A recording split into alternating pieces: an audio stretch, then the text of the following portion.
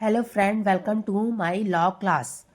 भारतीय साक्ष्य अधिनियम 2023 की धारा 26, जैसे कि ये इसमें मृत्युकालीन कथन के बारे में बताया गया है। जैसे कि मैं आपको इसमें इजी तरीके से बताती हूँ कि मृत्युकालीन कथन किसे कहा जाता है। जैसे कि जब कोई व्यक्ति कुछ कथन करके मर जाता है और कुछ बात कही और बात करने के थोड़ी देर बाद या कुछ टाइम बाद मर जाता है, तो उसने जो जो बात कही है या अपने स्टेटमेंट में दी है, तो उसे क्या कहा जाता है, उसे क्या माना जाएगा, उसे मृत्युकालीन कथन माना जाएगा। लेकिन अगर वो नहीं मरता स्टेटमेंट के बाद, तो उसे संपोषक साक्ष्य कहते हैं और इसको मृत्युकालीन कथन कहा जाता है। कि जैसे कि धारा 26 में हम जैसे बेयर एक्ट में देखेंगे कि धारा 26 क्या बोल रहा है कि वे दशाएं जिनमें व्यक्ति द्वारा सुसंगत तथ्य का किया गया कथन सुसंगत है, जो मर गया है या मिल नहीं सकता आदि।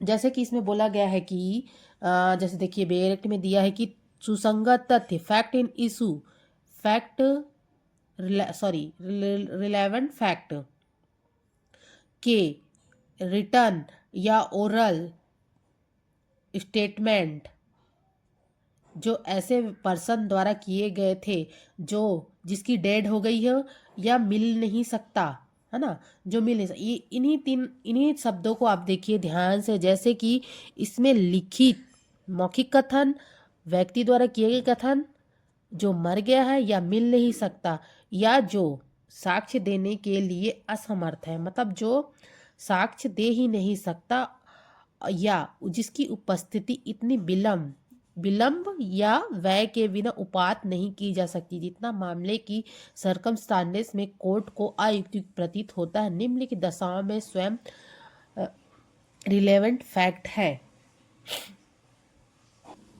जैसे कि इसमें 8 खंड है। खंड ए में मृत्युकालीन कथन है। जैसे कि मृत्युकालीन कथन सुसंगत है। किस कंडीशन में सुसंगत है? जैसे कि यहाँ पे बेयर एक्ट में दिया है, जब वह कथन किसी व्यक्ति द्वारा अपनी मृत्यु के कारण के बारे में किसी व्यक्ति द्वारा अपने मृत्यु के कारण के बारे में या उस ट्रांजैक्शन की परिस्थिति के बारे में किया गया हो, मतलब स्वयं व्यवहार की किसी परिस्थिति के बारे में किया गया हो जिसके फलस्वरूप उसकी मृत्यु हुई, तब उन मामलों में जिनमें उस व्यक्ति की मृत्यु का कारण प्रश्नगत है, मतलब उसके मृत्यु के कारण में अगर कोई प्रश्नगत ऐसे कथन सुसंगत होते हैं, मतलब ऐसे स्टेटमेंट रिलेवेंट होते हैं, चाहे उस पर्सन को जिसने उन्हें किया है उस समय जब वे किए गए थे। जैसे कि इसमें मृत्यु की प्रत्याशंका थी या नहीं थी, चाहे उस कार्यवाही की जिसमें उस व्यक्ति की मृत्यु के कारण प्रश्नगत होता है, प्रकृति कैसी ही क्यों ना हो। जैसे कि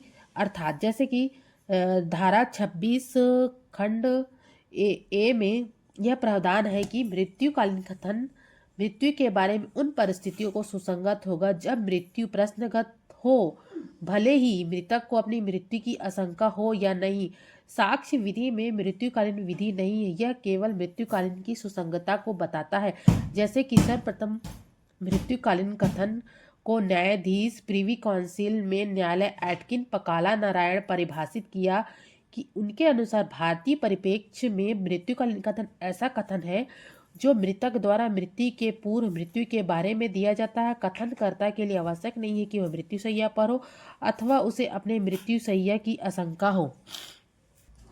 जैसे कि इसके आवश्यक तथ्य क्या हैं? जैसे धारा 26 खंड 1 के अनुसार मृत्यु के समय कहे गए कथन तभी सुसंगत है जब मृतक ने अपना कथन, जैसे कि पहले अपने मृत्यु के कारण के संबंध में किया हो, या दूसरा है उन परिस्थितियों के विषय में किया हो जिसमें उसकी मृत्यु हुई हो, और तीसरा है उसके मृत्यु के कारण प्रश्नगत हो।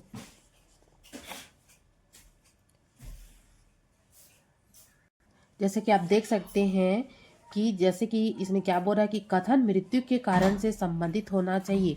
यदि किसी मामले में प्रश्न यह हो कि मृतक की मृत्यु किस कारण से हुई है, तो मृत्युकालीन कथन का मृत्यु कारण से संबंधित होना आवश्यक है। जैसे कि उदाहरण, ए पर आक्रमण किया गया और वह मर गया। अपनी मृत्यु के पहले उसने यह कथन किया कि बी ने उसके ऊपर भाला से आक्रमण किया। ए का कथन ग्राह्य है क्योंकि यह उसकी मृत्यु के कारण से संबंधित, जैसे कि नारायण सिंह वर्सेस बिहार राज्य 1961 में एसएससी के मामले में एक लड़की के साथ बलात्कार किया गया। घटना के तुरंत बाद उसने अपने शरीर में आग लगाकर आत्महत्या कर ली। उसके बलात्कार के संबंध में कथन ग्राह्य नहीं माना गया, क्योंकि लड़की के साथ बलात्कार उसकी मृत्यु के कारण होना नहीं कहा जा सकता। जैसे कि दूसरा, इसमें कथन या समव्यवहार की उस परिस्थिति में किया जाना जिसके फलस्वरूप मृत्यु, यदि मृतक ने मृत्यु के पहले कोई कथन ट्रांजेक्शन के किसी ऐसी सर्कमस्टांसेस में किया है जिसके फलस्वरूप उसकी मृत्यु हुई है, तो ऐसे कथन मृत्यु का कथन के रूप में साक्ष्य में ग्राह्य होगा। जैसे कि इसका उदाहरण, एक घर में डकैती हुई। डकैती में एक स्त्री को काफी चोट आई। मृत्यु के पूर्व उसने परिस्थितियों का वर्णन किया जिनमें डकैती हुई। उसका कथन ग्राह्य माना गया, यद्यपि उसकी मृत्यु डकैती नहीं अपितु डकैती में पहुंचाई गई चोट थी। जैसे कि इसमें एक और केस है, शारदा वीरचंद्र